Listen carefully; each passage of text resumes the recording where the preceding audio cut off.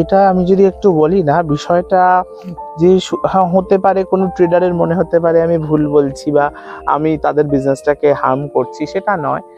এটা কম খাবো but regular খাবো, একদিনে অনেক না খেয়ে একদিনই তো খেয়ে ফেলছে।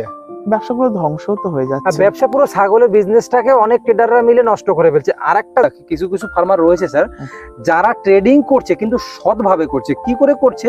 তারা বাইরে থেকে ছাগলটাকে নিয়ে আসছে, এখানে তারা 2-3 মাস 6 মাস 6 মাস রাখছে, তাদের কাছে এই ওয়েদারে সেটিং করছে, পুরো ভ্যাকসিনেশন কমপ্লিট করছে, তারপরে তারা মার্কেটে বিক্রি করছে।